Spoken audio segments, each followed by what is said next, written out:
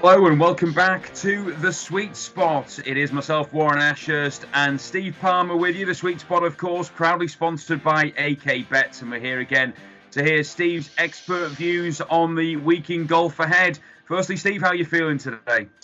I'm all right, Wazza. I feel sorry for you that your 100% record came to an end. I thought Tristan Lawrence was going to keep it going, but didn't quite manage to get the job done.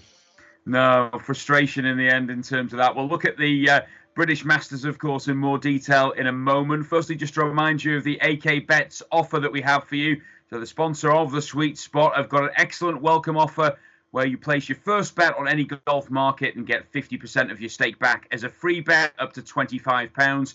Terms and conditions apply. And make sure you use the code SweetSpot25 when signing up. Well, as ever, we're going to do chronological order in terms of last week's event, Steve, and we'll start off with the British Masters at the Belfry. You've already alluded to it. Tristan the Piston Lawrence so close to making it 3 wins in a row, but he was pipped in the end by Niklas Nørgaard, another first-time winner on the DP World Tour. Yeah, we've been following him for a while. He was a 45-1 winner last week. The artist formerly known as Niklas Nørgaard Muller, he's ditched the Muller from his name now. A couple of years ago, he decided to become Niklas Nørgaard on the European Tour. One of the most powerful ball strikers on the circuit. His ball striking is a joy to behold when he's in full swing. Course management's been an issue. Chipping's been an issue. Putting's been an issue. He can be extremely wild. I remember tipping him in 2022 for the maiden Himmerland in his homeland of Denmark. And it's one I'll never forget. He was about 80-1 for that.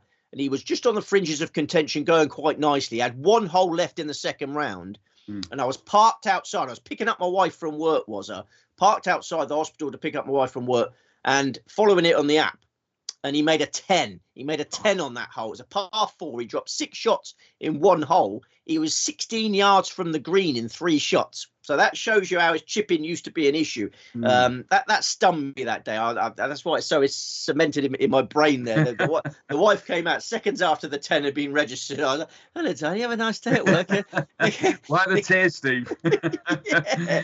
Niklas Nørgaard's just made a 10. But yeah, he's always had that ability, but self-destruct button's never been far from him. And I thought on the 15th hole on Sunday he was going to do it again, because he had chipping mares again late on. But now he's over the line. Maybe the rough edges will fall off and he'll go from strength to strength. Clearly got loads of ability. Well, if we hadn't been on Tristan the Piston Lawrence, then we might well have said, great, well done, Nicholas, because you've kind of got over your demons, so to speak. But the fact that that 10 that you mentioned and what went on, of course, in the latter stages at the Belfry, you must have been thinking that Lawrence might just pip him.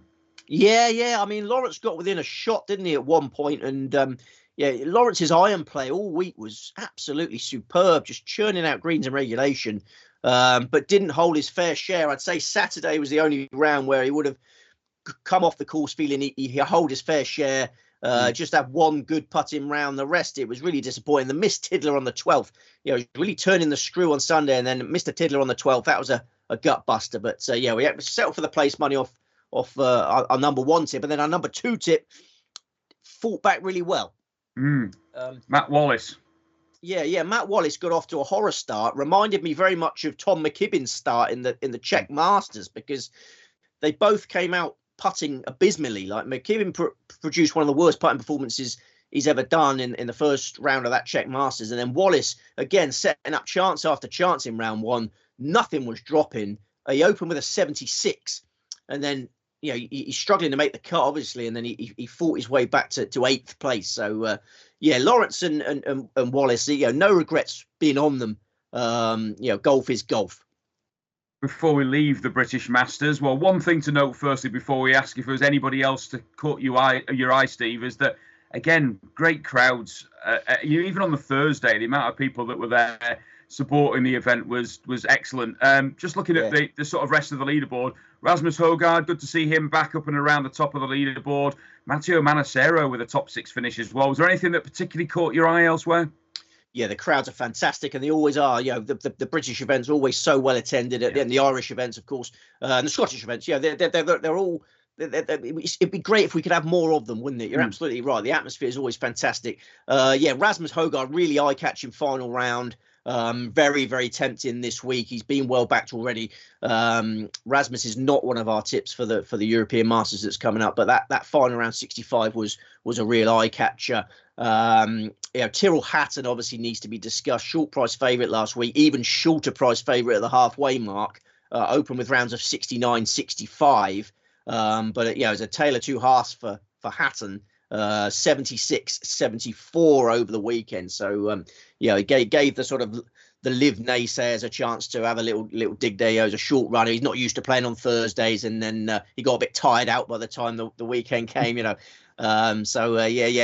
backers would have been fuming with how that turned out. Well, let's turn our attentions now to the PGA Tour, the Tour Championship, which much was expected, Steve, and ultimately Scottie Scheffler won it pretty comfortably. I mean, 4 shots in the end might not seem too comfortable over Colin Morikawa, but never really looked like getting caught from round 1, did he?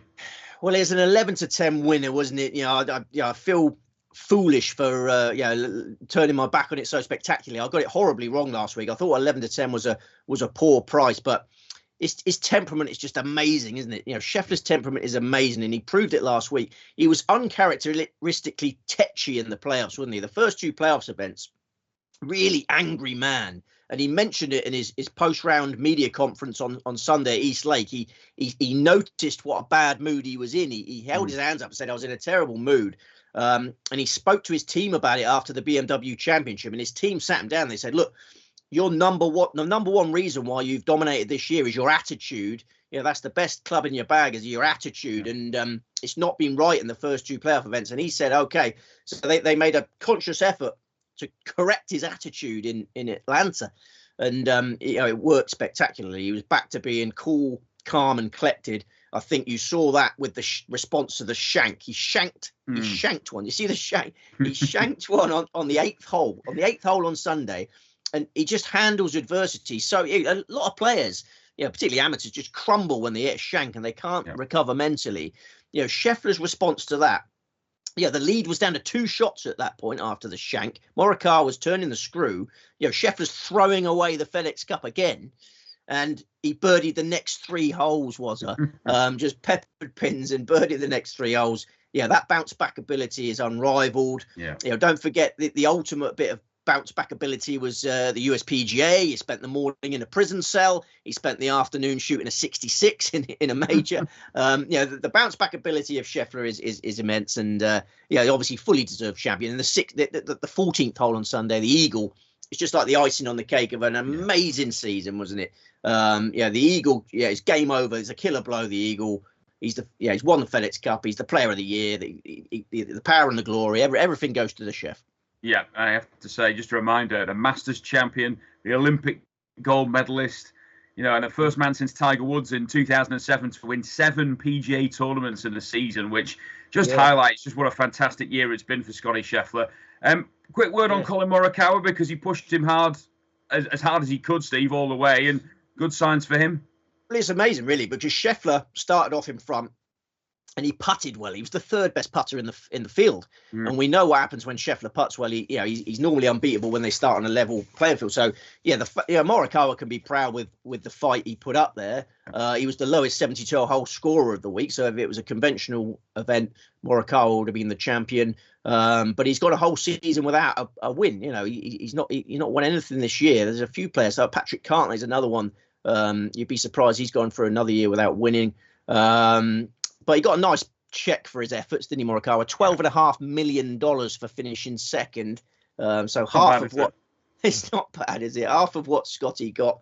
I did. Morikawa, we won him the previous week. I was pretty angry with myself for how my selections went last week. I thought we could get the short price favourite beaten and well wide of the mark. That's the 3rd time in 6 Tour Championships under this handicap that the leader has won. But it's the first time that the FedEx Cup leader going into the playoffs has won, actually. It's normally what you do in the playoffs, it seems to count for the ultimate prize. And to be honest, when you bear in mind what Scheffler had done the previous week, Steve, I don't think anybody could complain in terms of your thoughts on where he was at.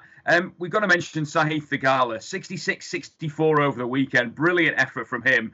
And he seems to be a player who's getting to that level now where we could see him challenge for majors. I wanted to pick up as well on the fact that he called himself on a 2-shot penalty, which I think I read cost him somewhere in the region of $5 or $6 million on the way. He's playing a bunch shot. He looks like everything's fine. And he said that actually, as he moved the club back from behind the ball, he brushed the sand and called it himself. And, I'm not going to mention any other names of other people who may well have tried to hide that in the past. But, I mean, you have to take your hat off to him for the way that he did that. Well, yeah, $6 million for a clear conscience. I like to go to bed at night knowing I've got a clear conscience. I've never done anything significantly wrong in life. If you offered me $6 million to not have that comfort, maybe I wouldn't take it. And all credit to Sahith Theegala. I think I know who you're talking about. Who may have there's a big rumpus when a certain 2018 Masters champion did a bit of sand brushing at the Hero World Challenge, was it? So I think I know what you're getting at. But Sahith Theegala, we all love Sahith Theegala, and we love him even more after that. And he provided another example of someone charging from off the pace. So he was well off the pace and then got himself in the mix. And there's been lots of naysayers, saying this format shouldn't exist like this. There's people criticising the Tour Championship and think the playoffs format is wrong. Obviously, if the handicap leader plays really well, like Scheffler did, it has the potential to be a dull event. But I don't think we should throw the baby out with the bathwater here, because we've seen in the past players coming from deep and winning it. Rory McIlroy was 6 shots behind in 2022 and won the FedEx Cup. He was actually 10 shots behind. I was on him that year, so I remember he was 10 shots behind with 70 holes to go. He made a terrible start, if you remember right. So McIlroy's proven that you can come from 10 shots behind in a 4-round event and win it. So I think the format is much maligned, but works. And as a punter, I always look at things through the punting focus. I like the fresh challenge that it brings. It can be a bit boring looking at the same events every week. So the fresh challenge of whether you go with the short price favourite or not. Obviously, I messed it up this year, but there's been times I remember when I backed Dustin Johnson. He was the leader, the handicap leader in 2020. And he was about 2-1, I believe. And I was on Johnson. That was one of the most fun bets I've ever had, being on the leader and then him kicking clear. As a punter, I absolutely love it. I was thinking about it this morning. Whenever you look at a greyhound racing car, I don't know if you like greyhound racing, was it? You like? I've been before. I've been a few times. Yeah. What's your local track up there? Have you got? What's your? Well, I think I've been to Sheffield a couple of times. I've also been to Kinsley, which is near Wakefield as well. Ah, yes. Well, Sheffield's one of the fairest tracks in the country. But the point I was going to make is how exciting is it when you look at the car? There's a handicap race on the card. They just brings a frisson of excitement. The variety. Variety is the spice of life. And obviously the difference with the greyhounds is in the handicaps, the best player, the best dog is at the back of the pack and comes charging through. There's nothing more exciting than being on trap 6 in a handicap, knowing that you're on the best dog that's covering. So it's the opposite. The best player typically at the front of the grid for the Tour Championship. But I still like the variety. It out as well, Steve. This is not like it's happened every year. This is a bit of a one-off, really, because most of the time the leaders have been caught in this sort of format. So I don't think we can get too carried away on this. No. It's just a fresh puzzle, and the punting game needs a bit of excitement here and there. And I think the naysayers are going a bit far with their criticism because there's no obvious solution. Everyone always remembers the 2018 Tour Championship when Tiger Woods won the Tour Championship. Justin Rose won the FedEx Cup, and that was a wonderful occasion, and it was fantastic. And we all looking back all misty-eyed about that one. But there have been some rubbish ones out of the old format. That was the last one under the old format. There was some rubbish ones where they're like undeserving winners, like Bill Haas. When Bill Haas got one out of the water, and there was certain players that have won the FedEx Cup that perhaps shouldn't have done in terms of being the season-long champion, that the best player of the year.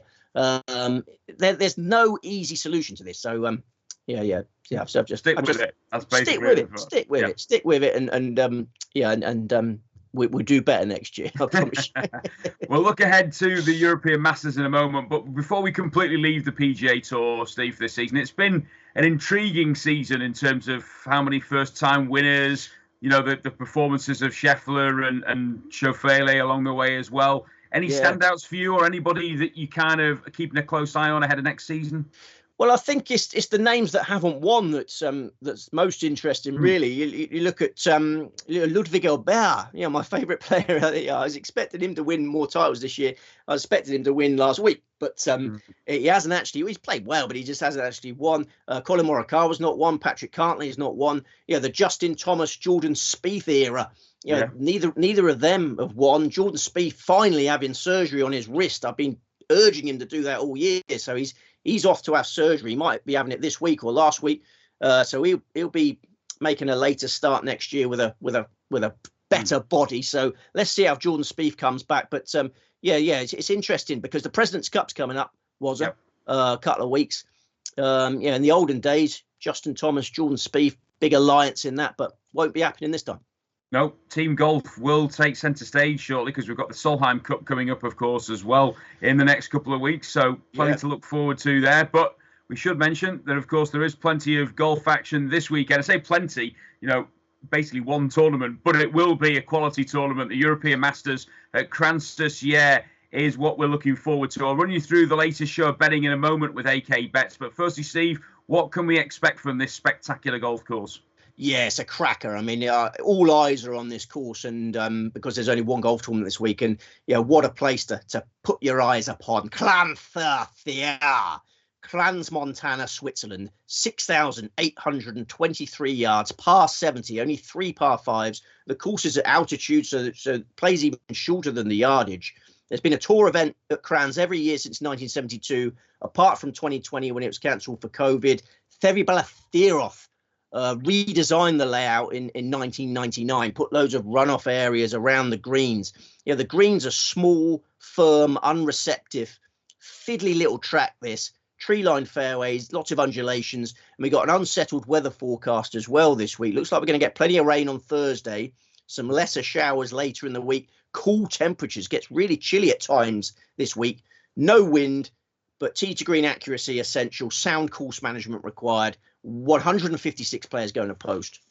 And we'll see which of those 156 players Steve will be selecting in a moment. But in terms of the AK Bets betting for this European Masters, Matt Fitzpatrick is the 10-1 favourite. Tristan the Piston Lawrence is 18-1. Matt Wallace, Rasmus Højgaard, both 20-1. His 25s, Eric Van Rooyen, Matteo Manassero, and Nicolai Højgaard. And Bernd Wiesberger and Sebastian Soderberg are both at 28-1. They're the names at the top of the betting. But firstly, let's find out how many selections, Steve, for this week. We got 5. Only one golf tournament this week. I'm happy with a 5-pronged attack. And who is your lead tip for the European Masters? It's Matt Wallace, 20-1 with AK Bets. Keeping the faith with Wallace after his brilliant comeback effort last week. I think that fight back showed a newfound maturity. He used to be a real hothead, get so angry, had a different caddy every week because he had lots of on-course explosions and arguments with them. I think in the past, that first round last week, he would have lost the plot completely. But last week, it was different. He dusted himself down, carded 3 consecutive rounds of 68, finished 8th. It was a really solid start to his bid to become a Ryder Cup player. It was the first week that Ryder Cup points were up for grabs. So he turned it into a decent week. I think he's going to build on that at Kranjsjärn, where he lost a playoff in 2022. He closed with a 65 last year for 24th place. So we know he can handle this course. He won 6 times on the Alps Tour in 2016. 4 of those wins came in countries which border Switzerland. He likes teeing off in the Alps. He's in solid form. We mentioned last week that he's been playing well in better events than DP World Tour grade. He was 24th in the 3M Open on the PGA Tour, 28th in the Wyndham Championship. So, 4-time DP World Tour champion. I strongly expect him to contend on Sunday. Okay, so Matt Wallace is the first of 5 selections. Who's our next best here, Steve?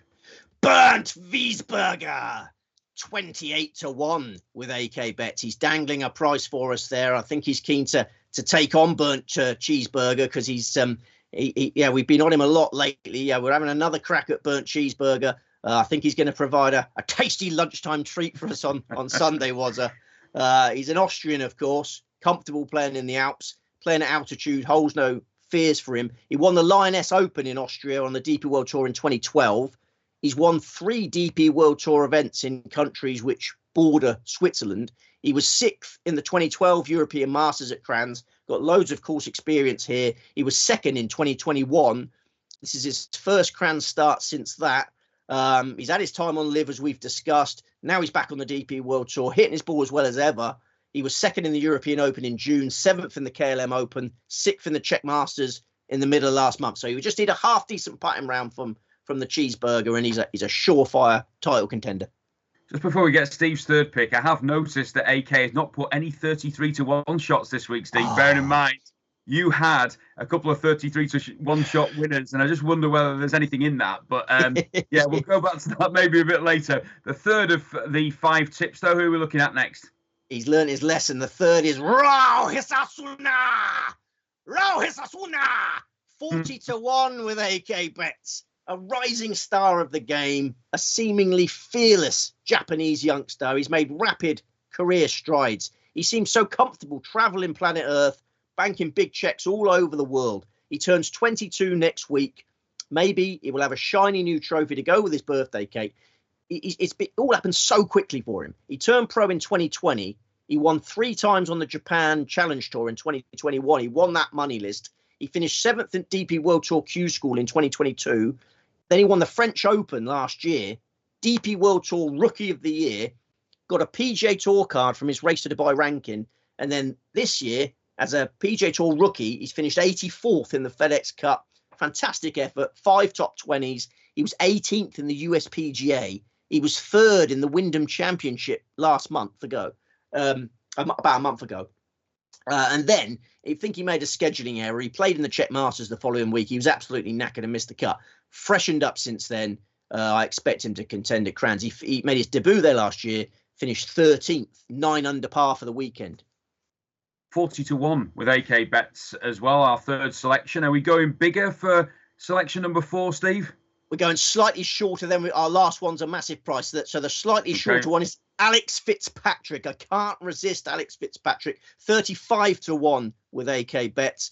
I think he's the most likely maiden to make a breakthrough this week. His brother can obviously give him some sound advice. Yeah, Matt Fitzpatrick's tactics have worked really well at Crans 30, 2-time champion.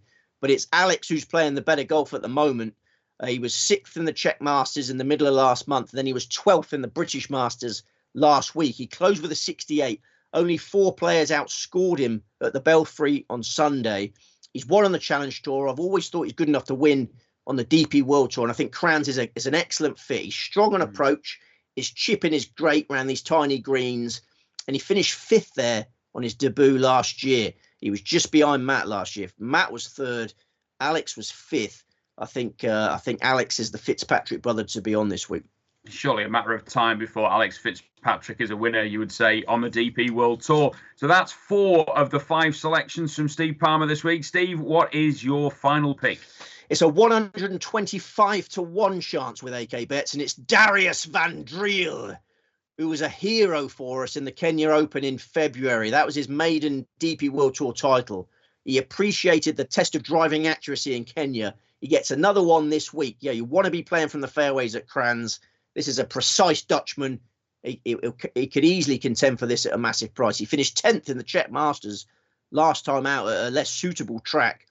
You know, a fiddly course in Switzerland this week. Much more his cup of tea. He started his pro career on the Alps Tour in 2015. He actually won the Alps Tour Order of Merit in 2015. His first Challenge Tour victory came in Austria in 2018. His second Challenge Tour victory came in Switzerland, the 2019 Rolex Trophy. So he's back in Switzerland this week as a big price outsider, lively outsider. He was 23rd at Crans in 2022.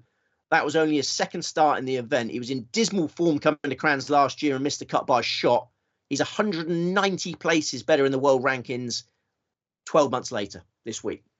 Okay, so Darius Van Driel is the 5th and final selection. As ever, Steve, around about now, we normally look and say, was there anybody who just missed the list? I know you picked 5 selections for this only event this week on the DP World Tour, but was there somebody else that was maybe in the back of your mind?